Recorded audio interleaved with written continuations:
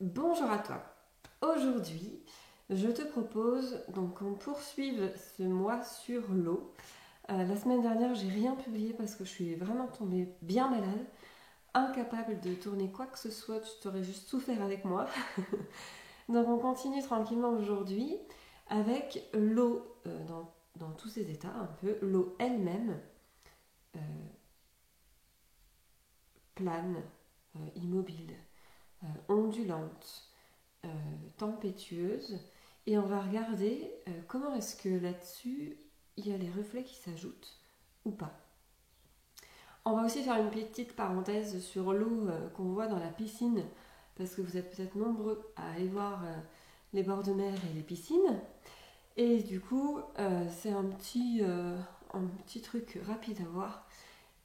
Ça va être un vaste programme aujourd'hui, plein de petites choses comme ça, mises bout à bout les unes derrière les autres, mais tu vas voir que en fait, il y a tellement de situations avec l'eau que c'est difficile d'en faire le tour, mais on peut quand même caricaturer certaines situations. Comme je viens de dire, l'eau plate, l'eau vraiment immobile, avec ses reflets, l'eau qui est un peu ondulante, donc un peu mouvementée, mais tout doucement, et l'eau qui devient tellement mouvementée qu'il n'y a plus de reflets dedans. Voilà le programme, on y va, on s'y met, c'est parti.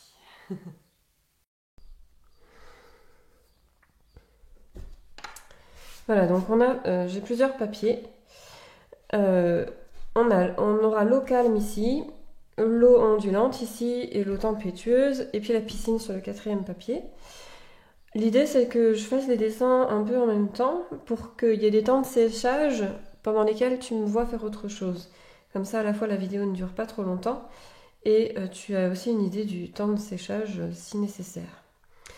Alors, je commence par l'eau calme où j'ai fait quelques petits sapins, un arbre feuillu et puis une maison. Vraiment, c'est schématique, c'est un paysage que tu rencontreras certainement jamais, c'est imaginaire.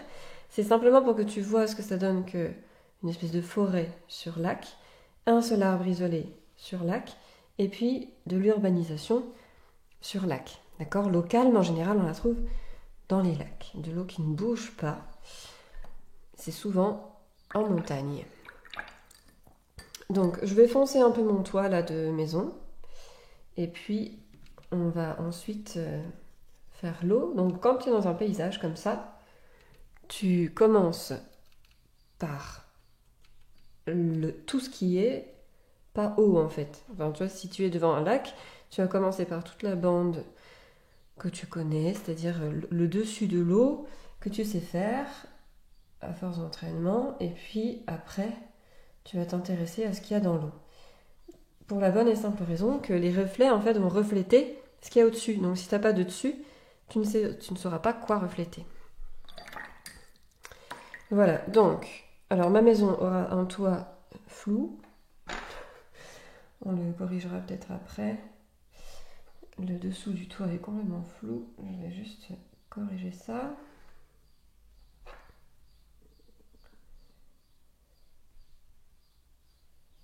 Hop. Je le refoncerai certainement plus tard. Et on va faire les reflets sur eau calme. Donc, souvent, l'eau, on la voit bleue. Mais elle est bleue parce qu'il y a le ciel au-dessus. Le ciel bleu en général, surtout sur une eau calme. Et tu vas voir que les reflets vont être de la couleur de ce qui est au-dessus. Je m'explique, on va faire ensemble. Un lavis, tu vois, je prends le gros pinceau cette fois. On va faire ensemble un lavis d'eau claire, d'accord? Là, pour l'instant, on ne se pose pas trop la question de savoir quoi refléter dedans pour le moment. On fait simplement une grande étendue d'eau. Je dois mouiller plus. Je mets bien un peu de turquoise dans mon bleu. Alors surtout, je ne dépasse pas dans mon paysage au-dessus. Et puis, on étale comme ça. Tu peux la faire plus ou moins bleue, plus ou moins claire, ça c'est à toi de voir. D'accord? L'idée c'est que ce soit pas blanc. C'est toi qui sauras en fait selon la teinte du ciel sur place si c'est plus ou moins dense. Hop. Et là, l'idée, c'est de travailler dans le mouillé. C'est-à-dire que le reflet, il est un peu flou, souvent. Donc si tu travailles dans le mouillé, on attend un tout petit peu que ça s'humidifie un peu plus fort, que ce soit, disons, moins mouillé. Je fais un peu de vent. On va voir ce que ça donne. Si je prends du verre et que j'essaie de faire ma forêt. Voilà, l'idée c'est que ce soit flou. Là, ça se mélange entre soi. C'est normal. Je vais surtout prendre plus de pigments. Le reflet, en général, il est soit plus clair, soit plus foncé que ce que tu vois à la surface. Il n'est pas tout à fait la même couleur. Donc moi, je suis en train de tenter de le faire surtout plus clair. Et ton reflet va toujours provenir de ta source vers toi. Ça, c'est important aussi. Ça ne suit pas la perspective, ça ne suit pas les ombrages. C'est simplement de la source du reflet vers toi, de ce qui est reflété vers toi. Alors, on va changer un tout petit peu la teinte en rajoutant un tout petit peu de bleu. Juste que ce ne soit pas la même couleur tout à fait. Si on veut, alors je vais essayer de travailler rapidement. Si on veut, on peut donner des petits effets de blanc, tu verras après. Alors, on va faire l'arbre isolé. L'arbre isolé, c'est exactement la même chose en fait. Hop. On va faire le tronc comme ça. Et puis ensuite, une espèce d'amas de verre aussi. Hop. Et là, tous les détails disparaissent, tu vois. Je suis pas en train de reproduire vraiment en miroir ce que je vois au-dessus. C'est plus ou moins net, les reflets. Là, c'est des reflets très flous. Ça veut dire que l'eau, elle bouge quand même pas mal. Si on fait la maison, on va avoir un rectangle beige et puis un toit rouge. C'est vraiment, vraiment tout simple en fait. Faut juste travailler un peu en miroir. Et là, l'eau est très calme. Si tu veux que ce soit plus net que ça, il faudra attendre que ce soit moins humide que ça, moins mouillé. Et on va essayer de faire des petites ondulations blanches. Tu vois, on peut gommer, entre guillemets, pinceau. Hop. Montrer que l'eau bouge un peu. Donc, ces petites ondulations blanches, elles sont plus nombreuses au loin que juste devant toi.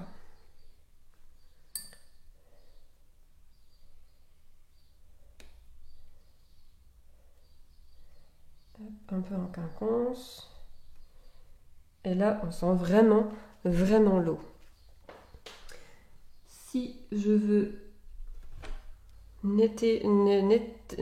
rendre plus net tout ça, je continue avec mon petit pinceau pour pas bouger mes flous et je saute mes parties blanches que j'ai gommées. Hop.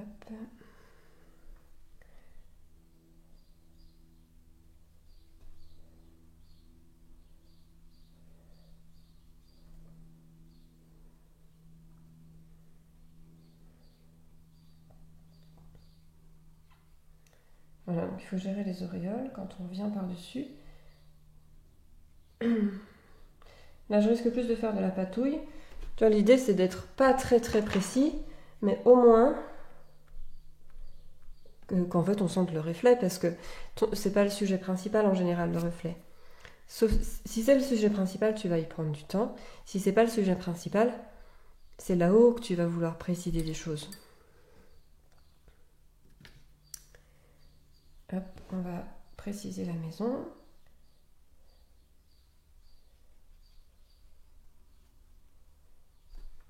Et tu vois, même si je fonce le toit, en dessous, tant qu'il y a un petit reflet tout clair, on le voit en fait. On le voit que c'est calme. C'est une eau calme qui est tranquille devant la maison. Alors, tu as vu que j'ai fait le rivage très foncé. En fait, c'est une ligne foncée qui va vraiment séparer le paysage réel de son reflet. Ça, c'est important. Ça peut être vert, ça peut être bleu, ça peut être brun, mais ça doit être foncé. Et si tu veux plus de réalisme là dans ce que je viens de faire, je vais mettre un petit lavis vert pour faire comme un fond de végétation derrière. Tu vois, ça donne un contexte tout de suite. Ça change tout, on n'est plus dans le blanco. On peut même faire un ciel au-dessus. Tu vois, après, c'est vraiment le paysage que tu es en train de voir en fait, hein, au-dessus.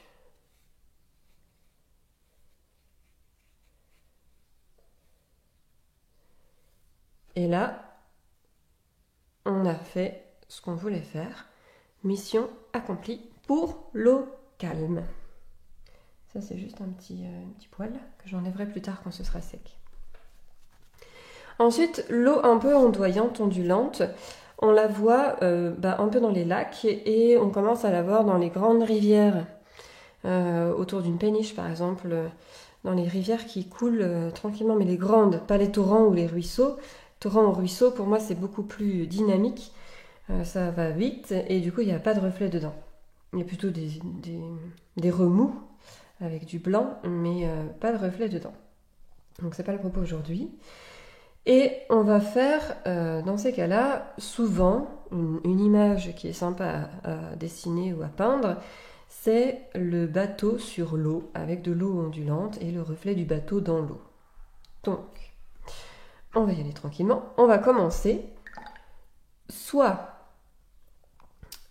par le fond d'eau, soit par le bateau. C'est comme tu le sens, c'est à toi de voir. Soit on va dessiner le bateau puis on fera l'eau tout autour, soit on fait d'abord un lavis d'eau et on dessinera le bateau par-dessus ce lavis d'eau. Le plus simple, si tu débutes, c'est de faire d'abord l'eau. Comme ça, tu es sûr que ton bateau il sera vraiment dans l'eau et il n'y aura pas de blanc entre le bateau et l'eau. Il n'y aura pas de choses disgracieuses. Donc, on va faire une grande étendue d'eau.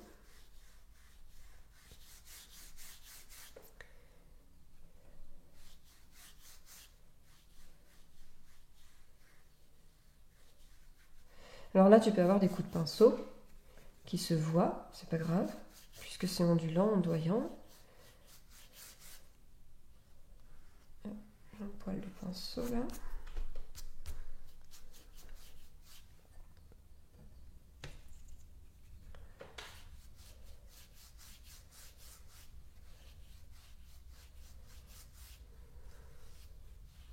Si tu fais ça comme ça, c'est vraiment une eau claire que tu as devant toi. Hein. Si tu as une eau foncée, fais-la plutôt après le bateau. Là, on peut se permettre de faire comme ça parce que le bateau sera plus foncé, bien plus foncé que l'eau.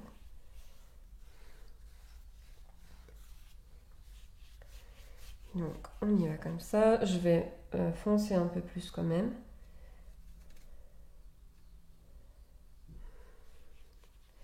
On peut faire des petites irrégularités. Tu vois, là, c'est l'eau vraiment ondoyante, ondulante, sans rien dessus, en fait. Hop, et on attend que ça sèche. Alors, pendant que ça sèche, on va faire la troisième phase, qui est l'eau tempétueuse. Donc là, vraiment, il n'y a plus de reflet, tu vas le voir. Ça va pas du tout te choquer qu'il n'y ait pas de reflet. Parce qu'en fait, il y a tellement de remous et de lumière dans tous les sens sur une mer déchaînée, enfin même sur une mer avec du vent, que on voit plus rien autour du bateau. En fait, il y a trop de recoupement de lumière. Donc là, dans ce cas-là, on commence par le bateau. Et lui, on le laissera sécher aussi. Donc je ne sais pas quelle couleur va prendre ce bateau. Je voulais faire un bateau bleu foncé ici. Donc je vais faire un bateau bleu foncé ici aussi. Comme ça tu sauras, on pourra comparer super facilement. On va faire un petit voilier. Alors ce voilier, on n'en voit pas tout puisque la mer est déchaînée. Donc si tu veux, d'abord au crayon, tu vas dessiner les vagues de la mer. Et puis le bateau, dont on ne voit pas tout parce qu'il est en train de presque chavirer, quoi. En tout cas, il suit les vagues. Donc, hop. Ici, là, on va faire des choses très floues. Il n'y a pas un contour net bien lisse. Il peut même y avoir de l'écume, tu vois. Donc du coup, je laisse des blancs.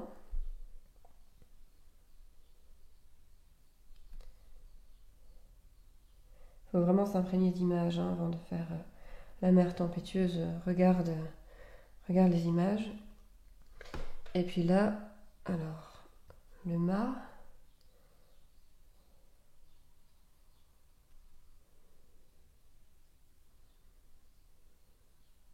Ah oui, j'avais une goutte d'eau là. Hop. Et la voile gonflée.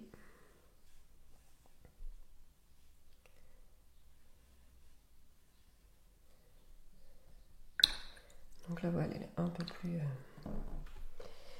plus claire que la coque.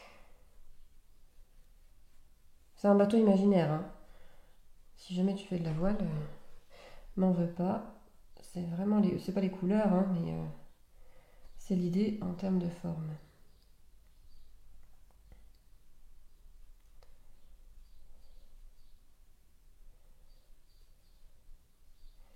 Je fais ça tout à fait modestement pour le bateau. Là, c'est toujours pas sec. Ce bateau-là, on va le laisser sécher. Donc, j'attends un petit peu et puis je continue cette vidéo.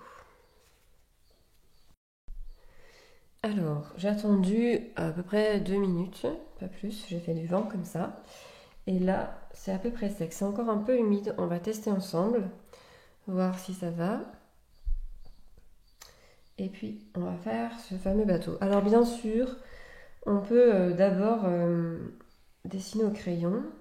Si ton lavis est sec, tu peux dessiner au crayon par-dessus. Il n'y a aucun problème. Là, je dessine mon bateau penché. Hop, avec les voiles. Je fais vraiment le même bateau que tu compares. Et puis là, par contre, c'est tranquille. Quoi. Alors, je voulais de travers. Hop, qui va vers l'arrière. C'est peut-être un peu demandé beaucoup.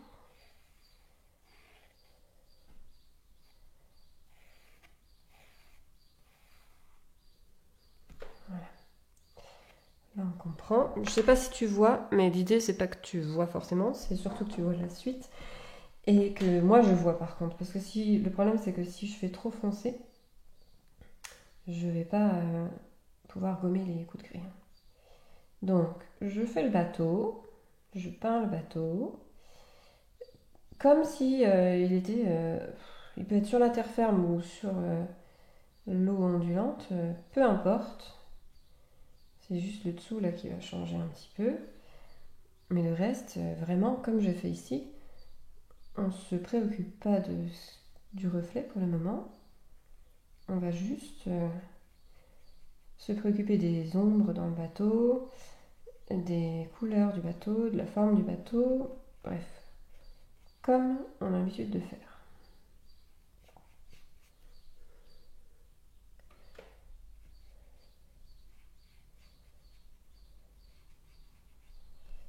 Donc je prends un peu le temps de le faire.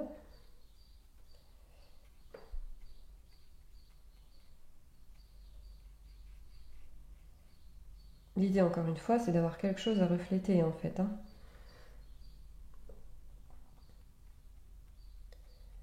Hop, je fais une ombre en dessous là, parce que ma coque elle est bombée, forcément.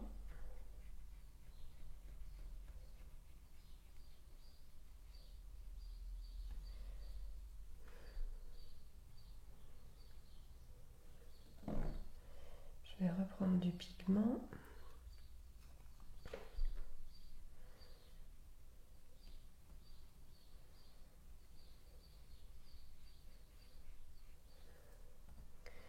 Voilà, là j'ai une coque bien bombée. Et puis la voile, donc un peu plus claire. Mais le mât, je peux le faire bleu comme tout à l'heure. Pas de contre-indication, hein, les mâts ils sont pas forcément bruns, ils sont plus forcément bois. doit juste être tout droit, puisque l'eau est calme. Et puis mes voiles calmes aussi.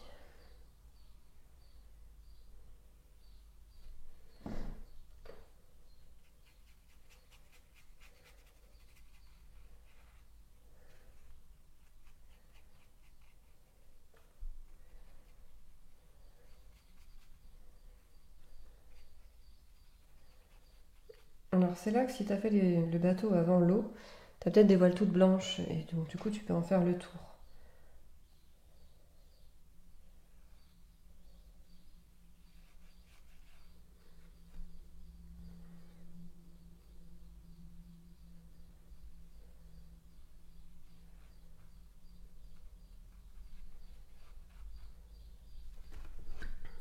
Voilà mon bateau sur l'eau. Et donc j'ai de l'eau ondoyante en dessous. Donc on va prendre le même bleu, mais je vais l'éclaircir un peu, juste pour savoir un peu où je vais. Et le reflet, il va être assez net, mais complètement... Alors je vais aller trop loin, je pense. Complètement, dont les contours vont être en zigzag en fait.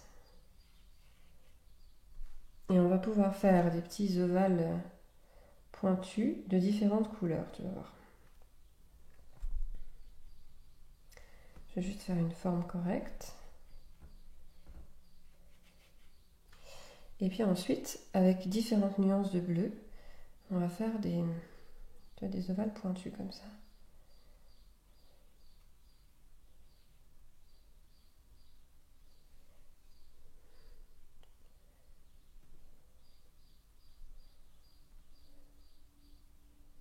Ils sont plutôt horizontaux,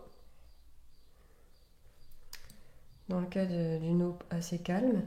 Et tu vois, ça donne un reflet comme ça, un truc qui bouge. Le mât, c'est pareil, il va être tout à fait zigzagant. Et puis les voiles, et bien de la même façon. Alors on va les faire à l'envers. Hop. Et là, je vais mettre des petits à-coups de bleu, mais tout doux, parce que ma voile, elle est toute claire. Tu vois, là, c'est trop foncé. Je vais faire ça tout doux, tout doux.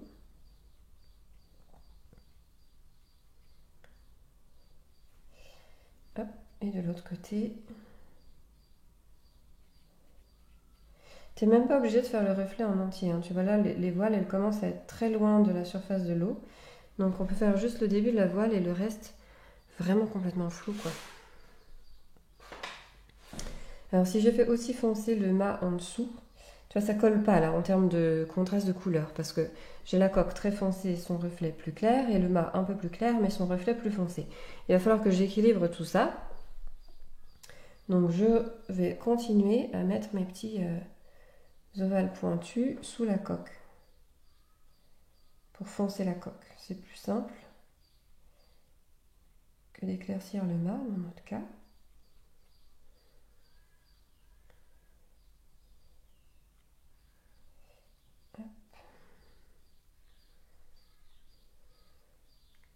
Et vraiment, tous les détails sont bons. Hein. Si tu as le nom du bateau sur la coque, n'essaye pas de le faire dans le reflet. Ce serait une erreur. Par exemple. Voilà, c'est un peu plus équilibré. Je vais foncer le mât, comme ça on saura qu'il est très foncé au-dessus et pourquoi il est si foncé en dessous.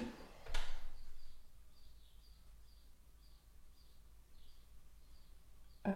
Et comme ça, je rééquilibre entre le réel et le reflet. Voilà, on a tout le reflet qui est un peu plus clair que le bateau. Le mât est plus clair que son mât et la coque est plus claire que la coque. Voilà pour l'eau ondulante. Et donc notre bateau sur sa tempête, il est à peu près sec, sauf ici, si je me penche un peu. On va pouvoir vraiment travailler la mer. Tu vois, là j'ai mis des petits ovales pointus qui sont d'ailleurs un peu flous, j'en remettrai peut-être. Là, on va avoir des tout petits coups de pinceau à mettre un peu tout le temps, avec différentes nuances de bleu. Donc je vais me recréer une autre nuance de bleu. Et j'en ai 3, c'est déjà bien. Je vais prendre un peu de turquoise, encore un peu plus.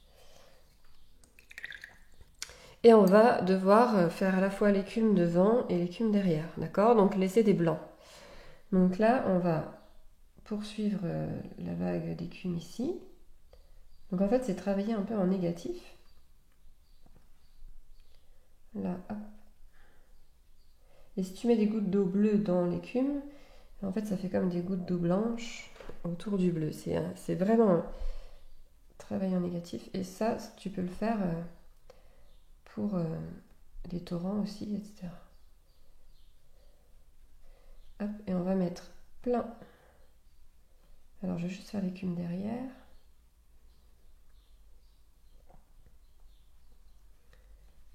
Hop.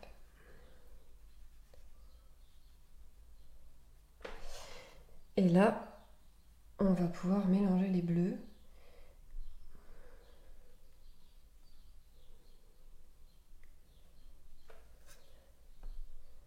Tu vas mettre des petites touches de pinceau. Là, si tu as un effet patouille, c'est pas grave, parce qu'en fait, c'est ce qui est en train de se passer dans la mer. Si tu as trop de coups de pinceau, tu vois. On appelle l'effet patouille quand on a trop de coups de pinceau qui se voient.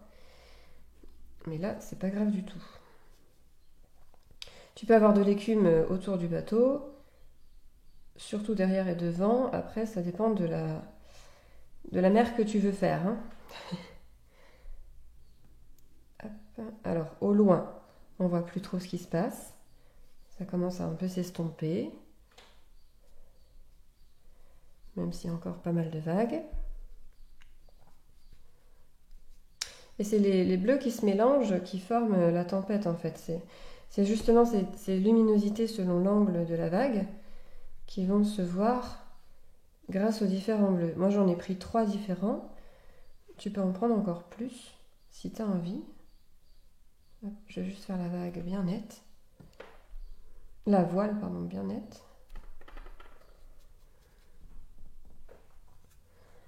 Hop, un peu de cyan, tu vois. Et du coup, ça donne plein de petites touches de bleu avec une eau où on ne sait pas très bien ce qu'elle est en train de faire finalement.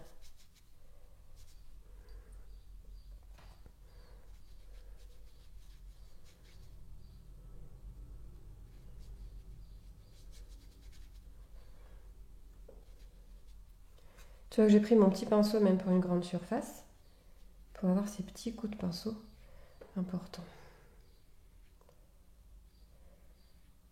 Je travaille sur papier presque sec pour pouvoir avoir l'écume, tu vois. Les blancs, ils sont là parce que le papier n'est pas très mouillé.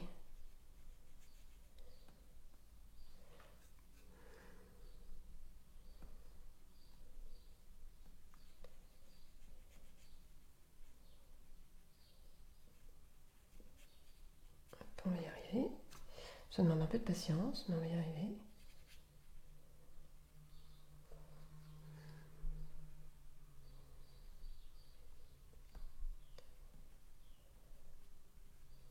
Tu vois l'écume que j'ai délimitée, elle reste blanche.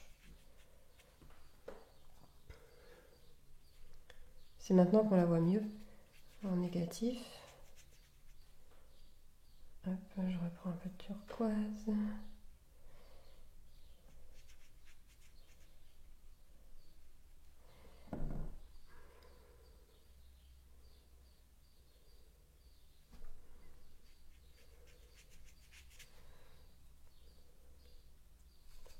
Donc là, je suis entre cyan, indentrène et turquoise. Hein,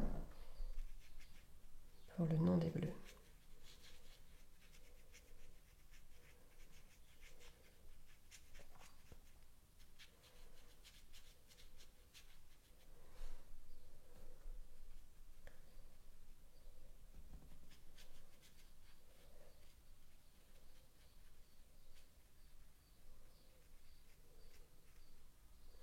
Plus tu vas te rapprocher du bateau pour faire des effets de mer, plus tu auras de réalisme dans ta peinture.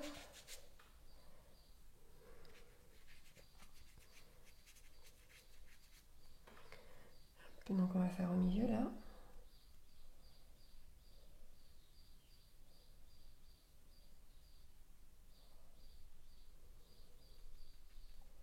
Il vaut mieux prendre un plus grand format, hein. C'est sûr.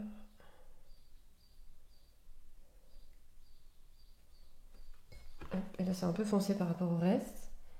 Donc j'estompe au chiffon. Voilà. En fait j'ai le turquoise sur le côté là qu'il me faut ici. Si je veux une cohérence.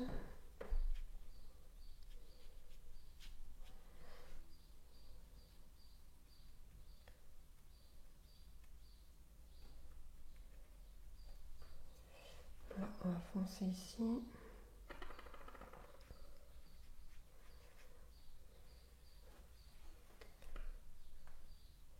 Bien se rapprocher de la voile, qu'il n'y ait pas de blanc autour. Tu vois, c'est ça en fait qui manque de réalisme. Et c'est pour ça que faire le bateau au-dessus de l'eau, c'est un autre parti pris. C'est bien que tu aies vu les deux façons de faire.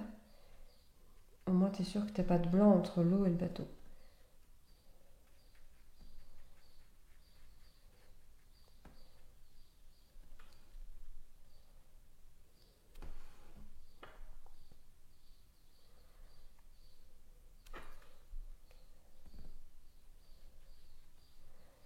Hop, donc au-dessus, je pense que tu vois à peu près l'effet que ça peut donner.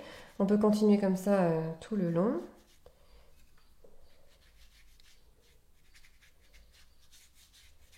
On va éclaircir la mer, plus on va loin, plus on éclaircit. Et puis devant, eh bien, on va continuer. On va se mettre une petite limite là. Hop. On va continuer comme ça.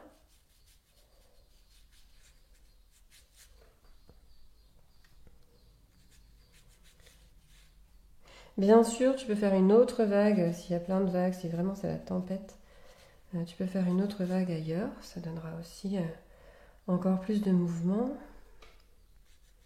Non, c'était pas ça que je voulais, c'était ça.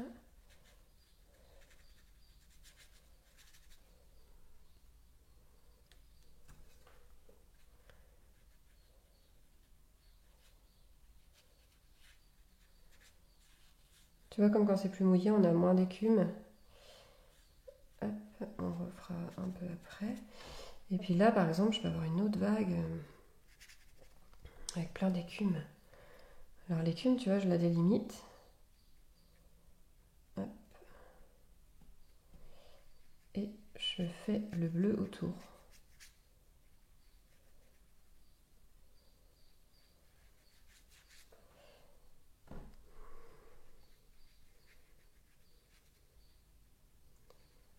Hop, et voilà une vague.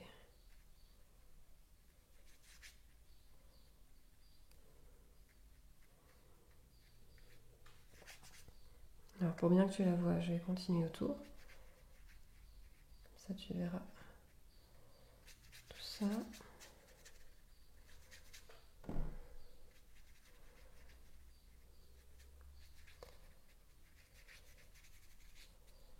Hop.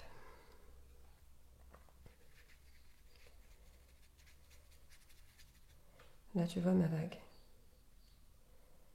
Mon autre vague.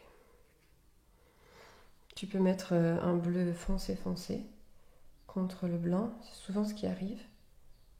Elle se fonce parce qu'elle se densifie. Et l'effet est assuré.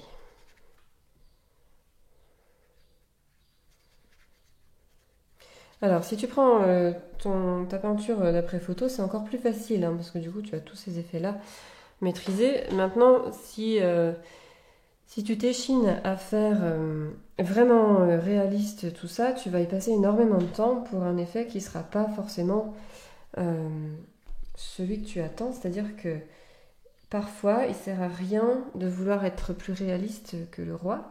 Si tu ne vois pas les choses, alors fais un effet plutôt que de vouloir être hyper réaliste. Ce sera plus parlant, ce sera plus réussi que, si tu te laisses pas aller en fait, que si tu lâches pas un peu prise. Donc à toi de doser. On le verra si tu es élève avec moi dans Dessiner chez soi. On le verra ensemble, tout ça, comment doser. Et puis, voilà. Donc, eau tempétueuse, tu vois plein de... C'est plutôt ici qu'il faut regarder. Plein de... Une eau un peu rugueuse, en fait, comme ça. Vraiment une eau dans laquelle on n'a pas envie d'aller.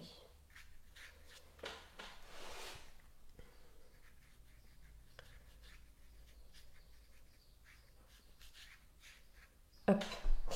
Voilà pour l'eau tempétueuse. Donc on a l'eau vraiment très calme, l'eau ondulante et l'eau tempétueuse. Où là vraiment il n'y a plus de reflets. Mais l'idée c'est de faire des effets de lumière comme ça, avec plein de coups de pinceau. Tu vois peut-être pas bien l'effet parce que le contour est pas net. Mais vraiment l'effet est là. Je vais le redécouper tout à l'heure pour te montrer la photo. Et il nous reste l'eau de piscine. Alors l'eau de piscine, en fait, elle est particulière parce qu'on voit au-dessus de la piscine le fond de la piscine. Ce qui n'arrive pas dans un lac. Alors si jamais tu as un lac peu profond avec, tu veux dessiner en dessous les rochers, les algues, etc. Tu dessines d'abord les rochers et les algues et après tu feras un lavis d'eau bleue et ça va donner ton effet tout bien. Maintenant, le cas de la piscine, c'est un peu particulier parce qu'il y a des clapotis comme ça sur la piscine qui font que ça déforme le fond et que ça donne des effets de lumière un peu imprévisibles. Alors, une petite technique assez simple que j'ai pu mettre au point, si tu veux faire un effet sans trop te prendre la tête à essayer de faire les carreaux déformés, etc. Bien sûr, tu peux encore une fois y prendre du temps, plus de temps si c'est vraiment le sujet de ta peinture. Maintenant, si c'est juste une piscine à côté de ton sujet, je vais te montrer comment tu peux faire. On va se délimiter un carré. Comme ça, tu verras mieux l'effet que par les... Tu vois, j'aurais pas besoin de rogner. Hop. Alors bien sûr, tu peux te mettre du scotch si tu veux. Peu importe. Là, je vais te montrer l'effet piscine vu vraiment de près, d'accord? Ces petites choses que je vais faire, tu peux les faire plus ou moins petites, plus ou moins grandes, selon que tu es loin ou près de la piscine. On va choisir en général une eau plutôt claire, voire turquoise. D'accord? Turquoise eau claire, quoi, on va dire. Et puis en fait, on va travailler couche par couche, c'est-à-dire qu'on va faire des carreaux un peu déformés, comme ça. Hop. Et sans toucher les carrés. Alors parfois ils sont vraiment complètement déformés, puis du coup ça donne plutôt un triangle.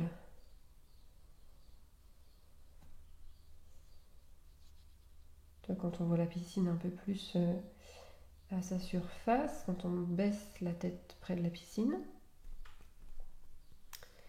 Et hop. On continue les carreaux. Alors tu es touché mais tu verras, c'est pas très grave. Parce qu'en fait ça fait... Et du coup les carreaux ils font... Ils se touchent et ils se touchent plus et ils se retouchent, etc.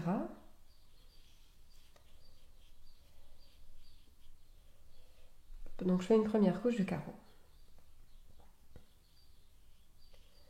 Plus ou moins clair aussi, là peu importe. Quand tu reprends du pigment, te prends pas trop la tête. Si c'est plus clair qu'avant, c'est pas grave, c'est juste la vague qui est autrement.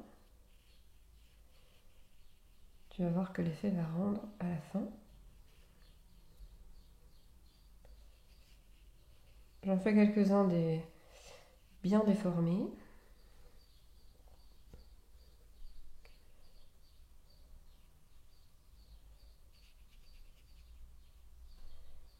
Hop, on continue. Quand c'est comme ça, l'autre, il est là quand même, hein, le suivant.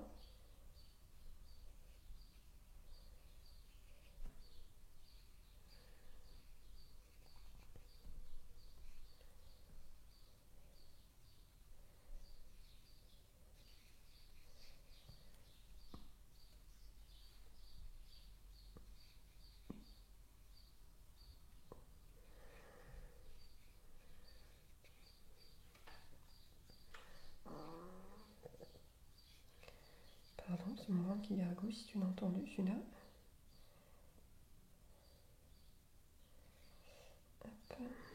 Et tu vois qu'à l'intérieur des carrés, je laisse le pigment être pas en aplat. Ça donne encore un peu plus de mouvement.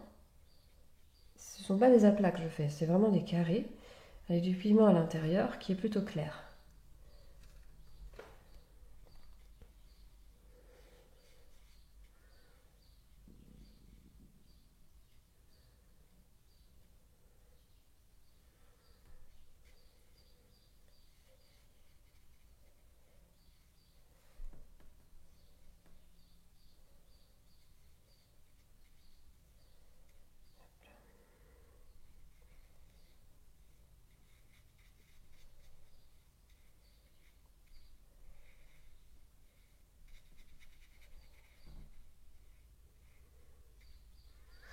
C'est un super exercice méditatif, hein.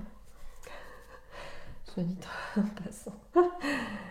Hop, on prend le temps et on se prend pas trop la tête. En fait, on fait des formes abstraites. Donc c'est très relaxant.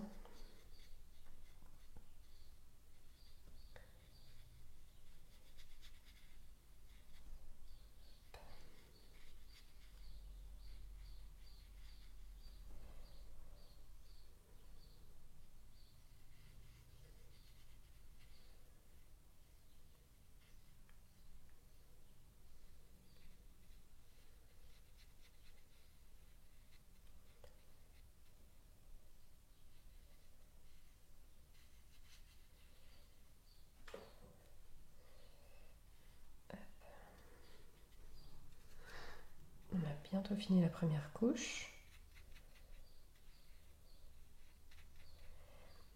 Et donc tu es d'accord que l'effet piscine, c'est pas ça, hein. Ça va pas, ça, c'est plus un espèce de carreau complètement déformé, mais on n'a pas l'effet haut encore. Parce qu'il nous manque ces petits clapotis qui font que ça bouge tout le temps. On va juste finir.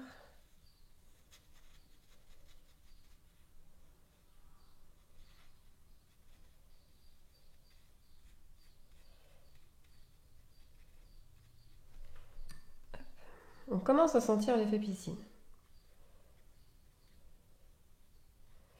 On commence.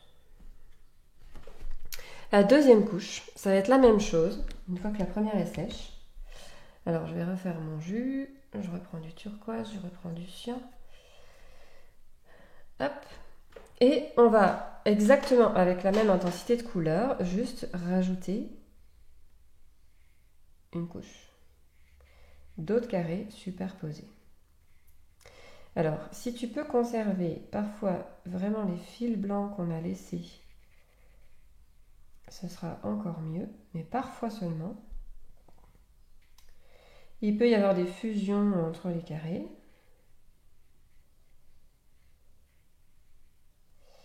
Hop. Ils peuvent se toucher. Mais on fait exactement vraiment la même chose qu'avant. On fait juste d'autres carrés superposés au premier. D'autres formes, d'autres intensités, etc. Tu vois, c'est plus clair, plus foncé. Ça dépendra des endroits et c'est ça qui va faire le clapotis. Je vais le faire en entier, tu verras le résultat comme ça.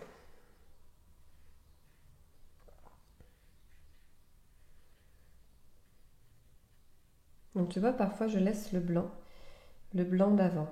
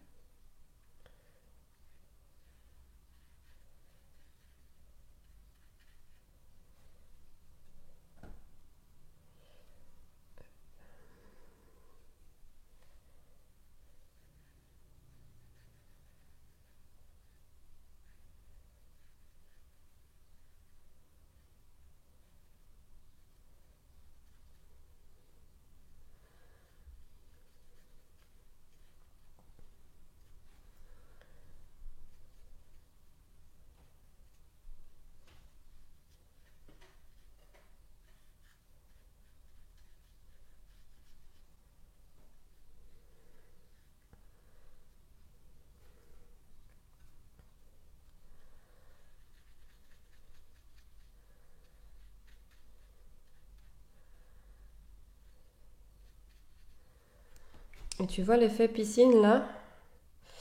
Là, on l'a. Alors peut-être que tu auras envie de rajouter une troisième couche. C'est possible. Moi, je trouve que 2, c'est déjà bien. On a cet effet-là. C'est l'effet des carreaux qui s'écartent, qui se resserrent parce que clapotis sur les côtés. Et encore une fois, si tu veux vraiment faire quelque chose, pas sur le vif, mais d'après photo, tu peux être encore plus précis que ça, hein, bien sûr. Là, c'est vraiment la piscine que tu vois quand tu es en train de faire un croquis et qui bouge tout le temps, tout le temps. Ça peut être complètement déstabilisant. Alors qu'en fait, si tu fais 2 couches comme ça, c'est tout à fait représentatif.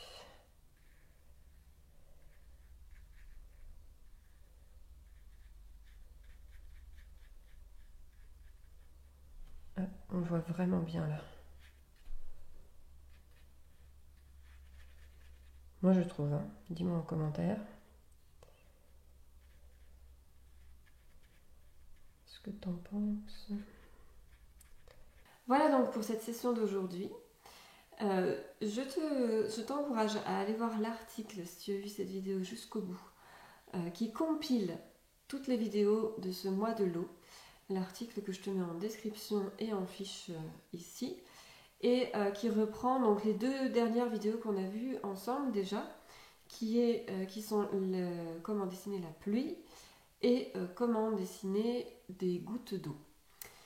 Et on verra le dernier chapitre la semaine prochaine, l'eau dans un verre, avec tous ses reflets aussi et ses contrastes, et vraiment l'eau qui est un peu à la fois peut-être transparente, mais aussi translucide, et comment elle déforme les choses à l'intérieur du verre.